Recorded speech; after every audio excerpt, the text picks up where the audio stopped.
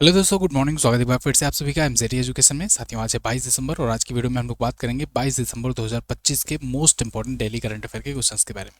साथियों, 22 दिसंबर बहुत ही महत्वपूर्ण दिवस होता है क्योंकि इस दिन राष्ट्रीय गणित दिवस मनाया जाता है। आज उसके बारे में भी हम लोग डिटेल से चर्चा करेंगे, लेकिन आगे बढ़ें इससे पहले कल का रिवीजन करेंगे। कल हम लोगों ने पढ़ा था अंतर्राष्ट्रीय मानव एकता दिवस, जो कि मनाया जाता है प्रत्येक वर्ष 20 दिसंबर को। पीएम मोदी जो है ये ऑर्डर ऑफ ओमान पाए हैं। ओमान का सर्वोच्च नागरिक सम्मान है। इसके अलावा global investment risk and resilience index में भारत 104वें स्थान पर रहा है। पारंपरिक चिकित्सा पर दूसरा डब्ल्यूएचओ का ग्लोबल समिट ये नई दिल्ली में आयोजित किया गया है। इसके अलावा कल हम लोगों ने पढ़ा था डिजर्ट साइक्लोन भारत और यूएई के बीच में आयोजित किया गया। हुरून की ग्लोबल 1000 की रिपोर्ट में दुनिया की सबसे मूल्यवान कंपनी एनवीडिया बनकर आई। ट्रेवल लेजर अवार्ड्स में सर्वश्रेष्ठ घरेलू एयरलाइन का अवार्ड एयर इंडिया ने जीता। और दुबई में एशियाई युवा पैरा खेलों में भारत ने कुल 56 मेडल जीते हैं। मेडल टेबल में भारत का स्थान 7वां रहा था। इसके अलावा हम लोगों ने पढ़ा था दिल्ली मेट्रो म्यूजियम का उद्घाटन रेखा गुप्ता जी ने किया। स्टैच्यू ऑफ यूनिटी के शिल्पकार का निधन हो गया, जिनका नाम था रामबी सुतार। और ओमान और भारत के बीच में एक व्यापक आर्थिक समझौता हुआ है, फ्री ट्रेड एग्रीमेंट टाइप का समझौता हुआ है। ये टॉप 10 करंट अफेयर के क्वेश्चंस थे लास्ट डे से, जिनका आपने किया रिवीजन। अच्छा, वीकली की सीरीज ला दी गई है, वीकली करंट अफेयर कवर करा दिया गया है। वो आपको लाइव वाले सेक्शन में मिलेगा। आप चैनल पर जाओगे तो चैनल से लाइव वाले सेक्शन में जाओगे तो वहाँ पर आपको वीकली करंट अफेयर मिलेगा। वहाँ से जाकर आप वीकली रिवीजन कर लेना, ठीक है ना। चलिए अब टॉपिक पर वापस आते हैं। अच्छा, इसका सबकी पीडीएफ वगैरह क्विज वगैरह सब आपको एमजेटी ऐप पर मिल जाएगी, तो वहाँ से आप ये भी ले सकते हो। पहला क्वेश्चन देखते हैं। पहला है, भारत हर साल राष्ट्रीय गणित दिवस कब मनाता है? तो जैसे मैंने आपको बताया 22 दिसंबर को राष्ट्रीय गणित दिवस मनाया जाता है। किसकी जयंती की याद में? रामानुजन की जयंती की याद में। श्रीनिवास रामानुजन जी ये महान भारतीय गणितज्ञ थे। मात्र 32 वर्ष की उम्र में ही इन्होंने बहुत सारे ऐसे फार्मूले, बहुत सारे सूत्र दिए। इसके अलावा पाई को सबसे बेहतर तरीके से इन्होंने समझाया। तो इनकी जयंती पर हम लोग राष्ट्रीय गणित के रूप में मनाते हैं। रामानुजन पुरस्कार भी दिया जाता है, जो 32 वर्ष से कम उम्र के जो गणितज्ञ होते हैं उनको दिया जाता है। ये बात भी ध्यान रखना। तो 22 दिसंबर को इनकी याद में मनाते हैं। अच्छा, विश्व गणित दिवस कब मनाते हैं? 14 मार्च को। 14 मार्च को विश्व गणित दिवस मनाते हैं। अब इसको कैसे याद रखोगे? देखो, पाई की वैल्यू क्या होती है? पाई की वैल्यू होती है, आप जब भी पढ़ते हो तो पाई की वैल्यू क्या बताते हो? 3.14, यही पढ़ते हो ना। तो 3 हो गया तीसरा महीना यानी कि मार्च, और 14 मतलब तारीख। तो 14 मार्च को मनाया जाता है विश्व गणित दिवस, ये भी ध्यान रखना। ओके, 2012 में राष्ट्रीय गणित दिवस मनाया जाना शुरू हुआ। इस बार गणित और आशा यानी मैथमेटिक्स एंड होप इस बार की थीम रखी गई है। ये उनसे रिलेटेड कुछ और फैक्ट हैं, रिलेटेड फैक्ट। देखो, रिलेटेड फैक्ट के लिए आप लोग वीडियो को लाइक ज़रूर कर दिया करो। तो श्रीनिवास रामानुजन अयंगर इनका पूरा नाम था। 1887 में इनका जन्म हुआ था तमिलनाडु में, और 26 अप्रैल 1920 में इनका निधन हुआ, मात्र 32 वर्ष की उम्र में। और देखिए, गणितज्ञ थे ही, स्वशिक्षित। इसके अलावा नंबर थ्योरी इन्होंने दिया, इन्फिनिटी सीरीज दिया, इसके अलावा कंटिन्यू फ्रैक्शन दिया। इन सबको देने में इनका काफ़ी योगदान रहा था। बाकी भी और भी डिटेल्स हैं, ये आप जो है जब पीडीएफ मिलेगी तो उसको पढ़ लेना अच्छे से, तो आपको और भी बेटर नॉलेज मिल जाएगी, ठीक है, इनके बारे में। खैर, ये महत्वपूर्ण दिवस अभी तक दिसंबर महीने के जो भी आए हैं आज रिविजन करेंगे। 1 दिसंबर विश्व एड्स दिवस, 2 दिसंबर विश्व कंप्यूटर साक्षरता दिवस, 2 दिसंबर अंतर्राष्ट्रीय गुलामी उन्मूलन दिवस, 2 दिसंबर को राष्ट्रीय प्रदूषण नियंत्रण दिवस, 4 दिसंबर भारतीय नौसेना दिवस, और 5 दिसंबर अंतर्राष्ट्रीय स्वयंसेवक दिवस, 5 दिसंबर विश्व मृदा दिवस, 7 दिसंबर अंतर्राष्ट्रीय नागरिक विमानन दिवस, 9 दिसंबर अंतर्राष्ट्रीय भ्रष्टाचार विरोधी दिवस, 10 दिसंबर अंतर्राष्ट्रीय मानवाधिकार दिवस, 11 दिसंबर अंतर्राष्ट्रीय पर्वत दिवस, 15 दिसंबर राष्ट्रीय ऊर्जा संरक्षण दिवस। इसके अलावा 18 दिसंबर को अंतर्राष्ट्रीय प्रवासी दिवस और अल्पसंख्यक अधिकार दिवस, 20 दिसंबर अंतर्राष्ट्रीय मानव एकता दिवस, और 22 दिसंबर गणित दिवस मनाया गया। क्लियर, सबकी थीम आगे लिखी गई है, इसको आप रिवीजन कर सकते हैं। एक और पेज यहाँ पर ऐड किया गया है जिसमें जितने भी महापुरुषों से संबंधित दिवस हैं वो सबकी लिस्ट है, तो इसको भी आप रिवीजन कर लिया करो। ये सब आपको पीडीएफ में मिल जाएगी, है ना, जो पीडीएफ आपको दी जाती है, तो वहाँ से आप बेटर तरीके से देख सकते हो, पढ़ सकते हो। बहुत सारा कंटेंट आपको दिया जा रहा है। जो एक्सप्लेन करने वाली चीज़ें होंगी वो मैं यहाँ पर आपको बताऊंगा। 2026 के लिए ब्रिक्स की अध्यक्षता किस देश को सौंपी गई? तो वर्ष 2026 के लिए ब्रिक्स की अध्यक्षता भारत को सौंपी गई है, तो भारत इसकी मेजबानी करेगा। देखो, ब्रिक्स के जो फाउंडिंग मेंबर है ना, BRICS, फाउंडिंग मेंबर हैं ब्राज़ील, रसिया, इंडिया, चाइना और साउथ अफ्रीका। तो इन फाउंडिंग मेंबर्स में ये रोटेशन वाइज मिलती है अध्यक्षता। फॉर एग्जांपल जैसे इंडिया को मिलेगी, फिर चाइना को मिलेगी, फिर साउथ अफ्रीका को मिलेगी, फिर ब्राज़ील को मिलेगी, फिर रसिया को मिलेगी, फिर इंडिया को मिलेगी। अब आपके मन में ये डाउट तुरंत आएगा कि सर इस बार तो ब्राज़ील ने की थी अध्यक्षता और फिर रसिया को करना था, इंडिया को कैसे मिल गया? तो देखिए इस बार के लिए थोड़ा सा चेंज हुआ था, है ना। इस बार क्या पिछली बार से ही चेंज हुआ था। हुआ ये था कि ब्राज़ील को करना था कायदे से, साउथ अफ्रीका के बाद ब्राज़ील का नंबर आना था, लेकिन ब्राज़ील की जगह रसिया ने कहा कि इस बार हमको करने दो, हमें अपनी आवाज़ उठानी है, हमें इस समिट में इंडिया को, चाइना को जोड़ना है, साथ ही साथ दुनिया को ये संदेश भी देना है कि देखो हम अलग थलग नहीं है, हमने दुनिया को बांध कर रखा है। क्योंकि वो दौर था जब रसिया को दुनिया से बाइकआउट करने की कोशिश यूरोपीय देश और पश्चिमी देश कर रहे थे। तो उस टाइम पर पुतिन ने कहा कि ये ब्राज़ील से अध्यक्षता ना करके हमें कर दो, अगला वाला तुम कर लेना। इसलिए वो वाला अध्यक्षता अगला वाला ब्राज़ील किया और पिछला वाला रसिया किया। इसीलिए ये क्रम थोड़ा सा गड़बड़ हुआ, लेकिन फिर आगे अब वही क्रम चल रहा है, यानी कि अब इसके बाद इंडिया को मिला है, अब इसके बाद चाइना को मिलेगा, फिर साउथ अफ्रीका को मिलेगा। ठीक है, बात समझ में आई? अच्छा, एक्सपेंशन भी शुरू किया गया इसी वाले में। जब इनको जोड़ा गया तो उसी में पुतिन ने कहा कि अब इसको और ज़्यादा एक्सपेंड करेंगे। उसी टाइम पर और देशों को भी जोड़ा गया। ठीक है, तो खैर जो जो देश जुड़े उसमें इनवाइट तो सऊदी अरब, अर्जेंटीना, इन सबको भी किया गया था, लेकिन सऊदी अरब, अर्जेंटीना ने अभी, मतलब अर्जेंटीना तो पीछे हट गया, सऊदी अरब कहा कि अभी हम रुको, अभी हम विचार करेंगे, अभी विचार कर रहे हैं। बाकी यूएई जुड़ गया, इथियोपिया जुड़ गया, ईरान जुड़ गया, ठीक है ना, ये सब देश जुड़ गए। ठीक है, और कुछ देश जो है बाकी रह गए, अभी सब पर बात करेंगे। खैर ग्लोबल साउथ भारत का फोकस होने वाला है 1 जनवरी 2026 से 31 दिसंबर 2026 तक, यानी अगले साल तक पूरा अध्यक्षता ब्रिक्स की भारत करेगा। भारत जितनी भी मेज़बानियाँ होंगी, जितनी भी मीटिंग्स होंगी, उन सबका आयोजन करेगा।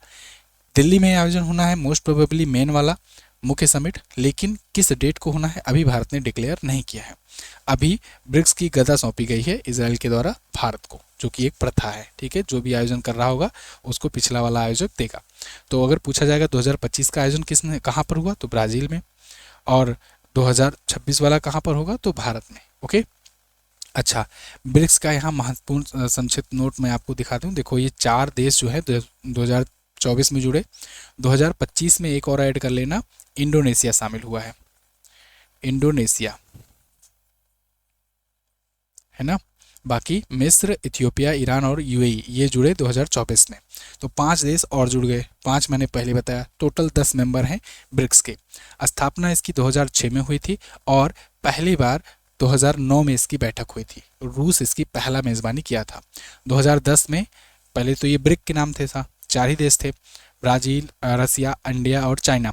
तो ब्राज़ील, रसिया, इंडिया, चाइना ये 4 थे। उसके बाद फिर एस जुड़ा, यानी कि साउथ अफ्रीका जुड़ा 2010 में, तब ये ब्रिक्स कहा जाने लगा। ठीक है, तो तब पाँचों को ही माना जाने लगा फाउंडिंग मेंबर। खैर ब्रिक्स की एक बैंक भी है जिसे न्यू डेवलपमेंट बैंक कहा जाता है। अब आते हैं ब्राज़ील पर, जिसने अध्यक्षता सौंपी है। ब्राज़ील जो है ये लैटिन अमेरिकी देश है, दक्षिण अमेरिका कॉन्टिनेंट में पड़ता है। इसकी राजधानी ब्रासिलिया होती है और ब्राज़ीलियन रियल यहाँ की करेंसी होती है। लैंग्वेज यहाँ पर पुर्तगाली चलती है। ये क्षेत्रफल के अनुसार दुनिया का 5वां सबसे बड़ा देश है। आप अमेज़न के वर्षावन जंगल सुनते हो ना, यहीं पर है। अमेज़न नदी यहीं पर बहती है। अब तक 5 बार का फीफा वर्ल्ड कप जीत चुका है। ब्राज़ील के बारे में मैंने आपको बताया कि यहाँ पर चिली और ये इक्वाडोर, ये 2 देश को छोड़ दें तो बाकी सबसे अपना बॉर्डर शेयर करता है ब्राज़ील। ये एक ऐसा देश है साउथ अमेरिका कॉन्टिनेंट का। अगला क्वेश्चन देखते हैं। ब्रह्मास्त्र की ई बुक आई है, इस ई बुक को फटाफट से जाकर के लीजिए। वार्षिकांक है, जनवरी से लेकर दिसंबर तक का सारा कंटेंट है। इस बार ई बुक फॉर्मेट में आया है, किताब इस बार नहीं आ पाई है, किताब नहीं आएगी, अभी कोई संभावना भी नहीं है, ठीक है ना, इसलिए किताब का इंतज़ार मत करिए। इसके अलावा और इस ई बुक में मात्र 99 रेट में दिया जा रहा है, इस पर कोई डिस्काउंट नहीं आना है, क्योंकि क्रिसमस डे ऑफर जब आएगा तो बाकी कोर्सेज और ई बुक्स पे आएगी, इस पर नहीं आएगा कोई डिस्काउंट। ठीक है, ये आपको 99 का 99 ही मिलने वाला है। इसमें हर एक चुनाव कवर किया गया है, इसके अलावा बजट कवर किया गया है, इसके अलावा आपका राज्यों से रिलेटेड स्टडी जानकारी है और आपका टॉपिक वाइज हर एक चैप्टर तो कवर कराया गया है प्रश्नोत्तर माध्यम में। तो ओवरऑल ये आपका ब्रह्मास्त्र है पूरे साल भर का, इकलौता एकमात्र ऐसा करंट अफेयर जिसको आप पढ़ने के बाद गारंटी के साथ जाकर किसी भी एग्जाम में बैठ सकते हो। तो आप MZT ऐप से जाकर इसे ले सकते हो, बेस्ट ई बुक सेक्शन में जाकर मिल जाएगा, या फिर आप व्हाट्सएप से UPI के माध्यम से भी ले सकते हो। व्हाट्सएप पर आप डिस्क्रिप्शन में मैसेज कीजिए, नंबर दिया गया है, और वहाँ से पूछिए कि UPI से लेना है कैसे ले, तो आपको मेथड बताया जाएगा। चलिए, बाकी व्हाट्सएप चैनल भी ज्वाइन कीजिए अदर नोटिफिकेशन के लिए। अगला क्वेश्चन। हुरून इंडिया 2025 के अनुसार भारत के सबसे अमीर सेल्फ मेड बिलियनियर कौन बने हैं? भारत के सबसे अमीर सेल्फ मेड बिलियनियर, मतलब सेल्फ मेड बिलियनियर्स में जो सबसे अमीर सेल्फ मेड बिलियनियर है वो कौन है? तो उनमें हैं दीपेंद्र गोयल। दीपेंद्र गोयल आप जानते हो जोमेटो के ये संस्थापक हैं और सीईओ भी हैं। तो ये बन गए हैं भारत के सबसे अमीर सेल्फ मेड बिलियनियर। ध्यान रखना, भारत के सबसे अमीर व्यक्ति नहीं है, भारत के सबसे अमीर सेल्फ मेड बिलियनियर्स में है। अब इसमें अंबानी को नहीं जोड़ा जाता है, मुकेश अंबानी को, अडानी को भी नहीं जोड़ा जाता है। कारण ये है कि ये लोग पहली पीढ़ी वाले नहीं हैं, ठीक है। खैर, यहाँ पर जो है दीपेंद्र गोयल, इन्होंने जोमेटो की स्थापना की, तब से अभी तक ये हैं top 200 self made entrepreneurs of the millennia 2025 list में भी ये टॉप पर है। दूसरे पर राधा किशन दमानी हैं डी मार्ट के। तीसरे पर राहुल भाटिया और राकेश गंगवाल हैं इंडिगो के, ठीक है। चलिए अगला क्वेश्चन, भारत का पहला वन विश्वविद्यालय फॉरेस्ट यूनिवर्सिटी किस शहर में स्थापित की जाएगी? इंडिया की पहली फॉरेस्ट यूनिवर्सिटी ये स्थापित की जा रही है गोरखपुर में।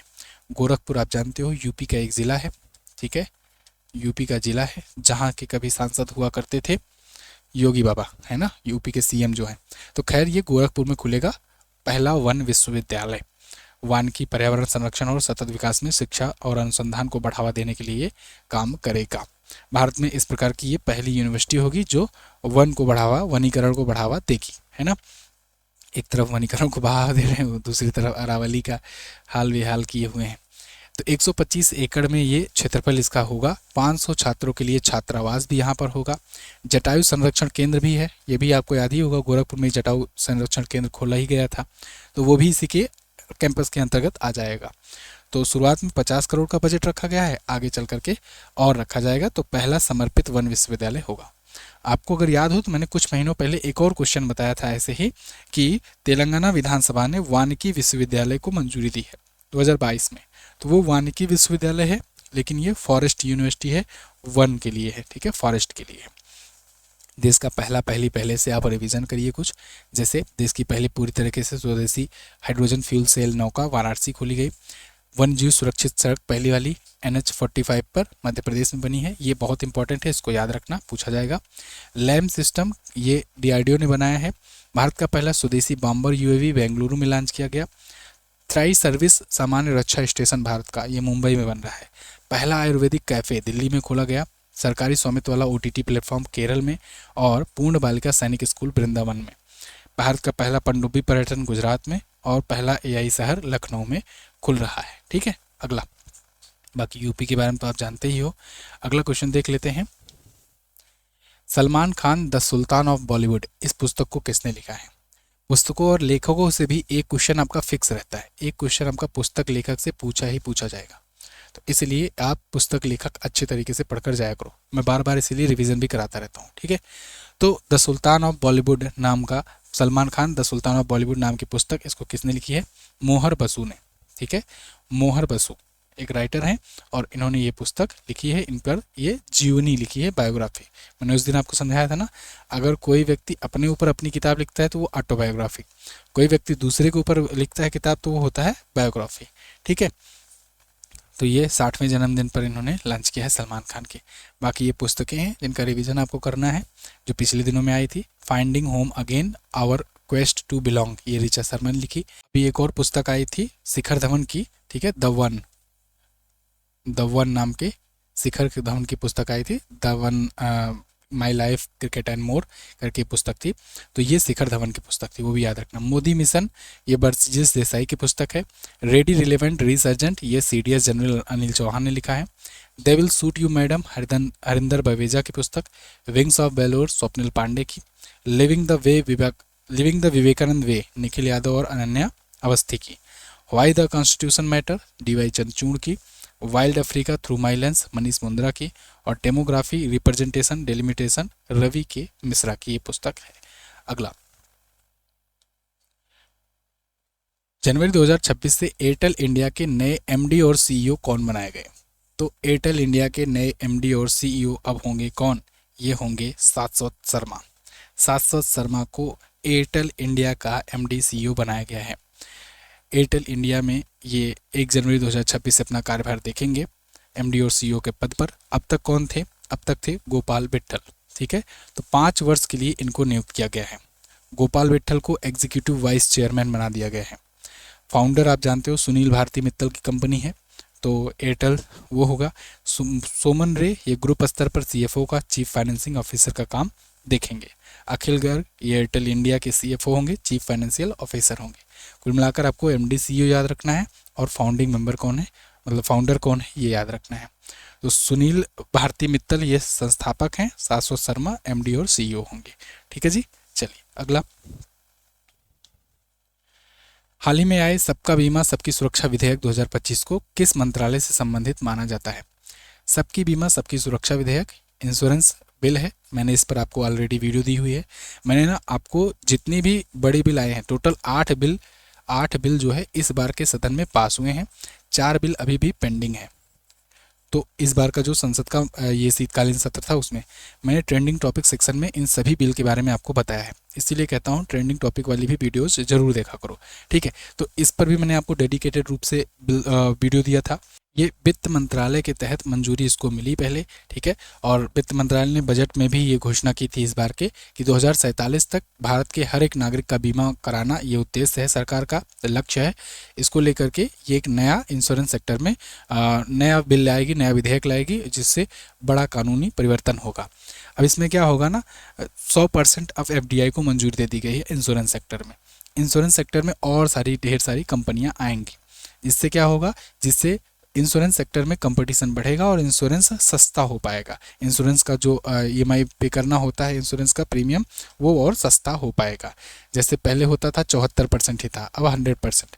पहले हर 3 साल में रिन्यूअल कराना पड़ता था एजेंट को अपना अपना लाइसेंस, अब अस्थायी लाइसेंस दे दिया गया। कोई एजेंट बनता है तो परमानेंट रहेगा। पहले री इंश्योरेंस का फंड 5,000 करोड़ रुपए था, अब 1,000 करोड़ रुपए कर दिया गया। शेयर ट्रांसफर बिना मंजूरी के पहले 1% तक हो पाता था, अब 5% तक बढ़ाकर कर दिया गया है।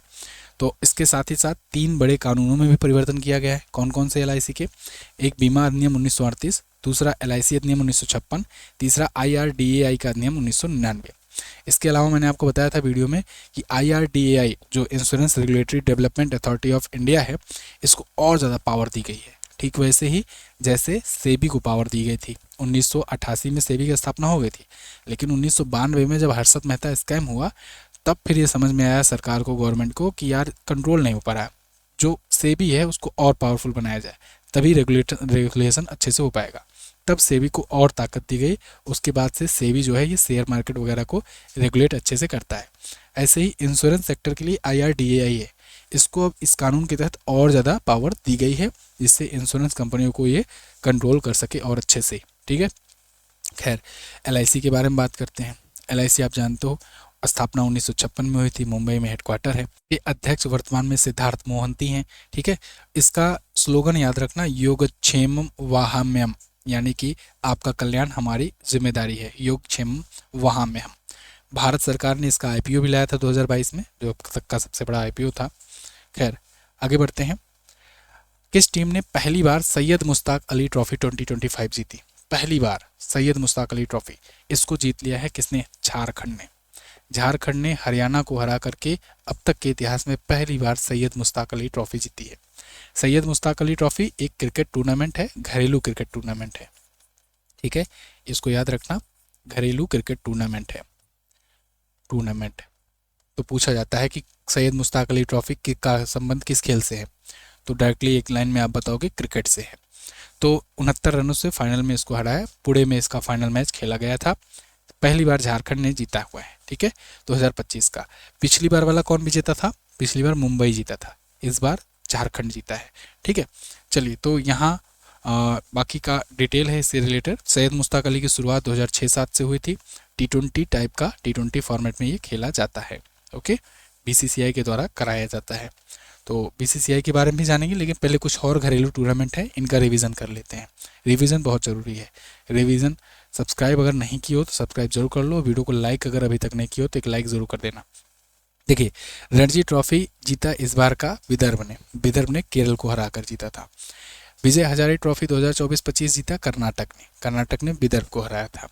सैयद मुश्ताक अली ट्रॉफी 2025 का झारखंड ने जीता, हरियाणा को हराया।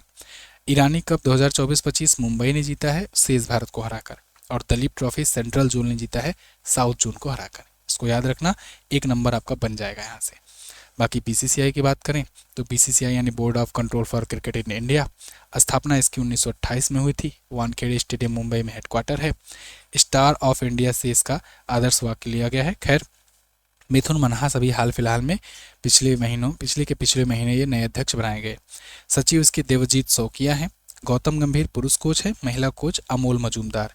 दोनों का नाम आपको याद रखना है, दोनों का नाम याद रखना है। गौतम गंभीर तो याद ही होंगे, अमोल मजूमदार का नाम याद रखना।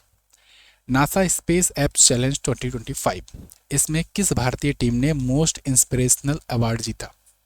तो भारतीय टीम है एक फोटोनिक्स ओडिसी। इस भारतीय टीम ने मोस्ट इंस्पिरेशनल अवार्ड जीता है। कहाँ पर जीता है? NASA space app challenge 2025 award समारोह में। तो ये आप डिटेल्स देख पाओगे, वही चीज़ जो मैंने आपको बताया। तो मोस्ट इंस्पिरेशनल कैटेगरी में ये अवार्ड मिला हुआ है। चेन्नई में स्थित है ये फोटोनिक्स ओडिसी, इसने ये अवार्ड जीता हुआ है। तो ये नासा के द्वारा आयोजित कराया गया था। नासा तो आप जानते हो ना, national aeronautics and space administration, America की एजेंसी है ना, स्पेस एजेंसी। तो दुनिया का तीसरा सबसे बड़ा वार्षिक अंतरिक्ष और विज्ञान हैकथॉन होता है, इसको ये कराता है। और इसमें 1,14,000 से ज़्यादा प्रतिभागी हिस्सा लेते हैं। जिसको जीता है किस कैटेगरी में? मोस्ट इंस्पिरेशनल कैटेगरी में जीता है। कैटेगरी का नाम भी याद रखना। नासा के बारे में ये जानकारियाँ हैं। नासा के स्थापना 1958 में हुई थी, जब भारत में डीआरडीओ हुआ था तो यहाँ पे नासा हुआ था। वाशिंगटन डीसी में इसका हेडक्वार्टर है। नासा के अभी अध्यक्ष हैं 2025 में जैरेड आइजैकमैन, नाम याद रखना। ओके, अगला क्वेश्चन देखते हैं। जनवरी 2026 में पूर्ण रूप से लॉन्च होने वाली स्वदेशी राइड हेलिंग भारत टैक्सी, इसका संचालन कौन करेगा? जैसे आप ओला उबर देखते हो ना, ऐसे ही सरकारी अब आने वाली है भारत टैक्सी। भारत टैक्सी 1 जनवरी 2026 से फुल फ्लेज तरीके से लॉन्च हो जाएगी और इसका संचालन सहकार टैक्सी कोऑपरेटिव लिमिटेड के अंतर्गत आएगा।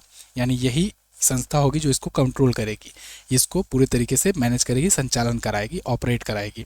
जैसे यूपीआई का ऑपरेशन एनपीसीआई के अंतर्गत है, जैसे आधार कार्ड का ऑपरेशन यूआईडीएआई के अंतर्गत है, ऐसे ही इसका भारत टैक्सी का ऑपरेशन इसके तहत होगा। भारत टैक्सी भारत में बहुत बड़ा व्यापक परिवर्तन ला सकती है। मतलब एक तो सरकार का भरोसा होगा लोगों को ट्रैवल टूरिज्म में, दूसरा लोग जो हैं ऑर्डर पर, जैसे ओला उबर आप ऐप बुक करते हो वैसी प्रकार से बुकिंग करके कर पाएंगे। तो और इससे जो ओला उबर की जो ड्यूओपोली है ना, इसको थोड़ा सा चैलेंज मिलेगा, क्योंकि हर सेक्टर में आप देख रहे हो कहीं ना कहीं या तो मोनोपोली हो जा रही है या तो ड्यूओपोली हो जा रही है। कोई एक कंपनी आ रही, कोई दो कंपनी आ रही, पूरा मार्केट डिसरप्ट कर दे रही है। उसके बाद फिर धीरे धीरे वो अपने मनमानी से पैसे बढ़ाने लग रही है। जैसे आप फूड सेक्टर में देखो, जोमेटो और स्विगी आए, इन्होंने पूरे मार्केट को खा लिया। पहले तो आदत डला दी सबको, फिर उसके बाद धीरे धीरे प्राइसिंग बढ़ाते जा रहे हैं। उसके बाद फ्लिपकार्ट, अमेजन देख लो, इसमें ई कॉमर्स साइट में शुरुआत में ये लोग फ्री डिलीवरी ये सब करने लगे। आज तो सर्विस, प्लेटफॉर्म चार्ज, ये सब पता नहीं क्या क्या चार्ज जोड़ रहे हैं।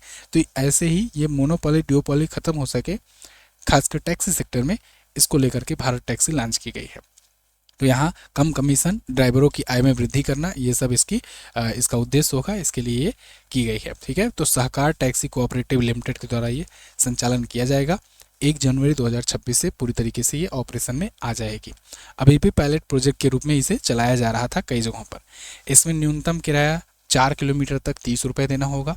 इसके अलावा 4 से 12 किलोमीटर तक अगर जाते हो तो 23 रुपये पर किलोमीटर के हिसाब से लगेगा, और 12 किलोमीटर से ज़्यादा जाते हो तो 18 रुपये प्रति किलोमीटर के हिसाब से लगेगा। ठीक है, तो दिसंबर 2025 में दिल्ली और गुजरात में पायलट संचालन इसका हुआ था। अब जनवरी से ये पूरी तरीके से चलेगी। तो ये थे आज के दिन के top 10 current affair question. I hope आपको वीडियो पसंद आई होगी, कंटेंट पसंद आया होगा। अगर आपको ये वीडियो पसंद आती है, हम लोग की मेहनत पसंद आती है, हमारी टीम की मेहनत पसंद आती है, तो आप वीडियो को लाइक और शेयर ज़रूर किया करें। रोज़ाना आपको समय पर वीडियो मिल रही है, तो आप वीडियो को शेयर भी कर दिया करो। ठीक है, तो पीडीएफ आपको रात को 9 बजे मिलेगी टेलीग्राम पर। टेलीग्राम चैनल भी ज्वाइन कर लेना। और कल मैंने आपसे क्वेश्चन क्या पूछा था? अच्छा, ब्रह्मास्त्र बुक नहीं ली हो तो इसको जा करके ले लो।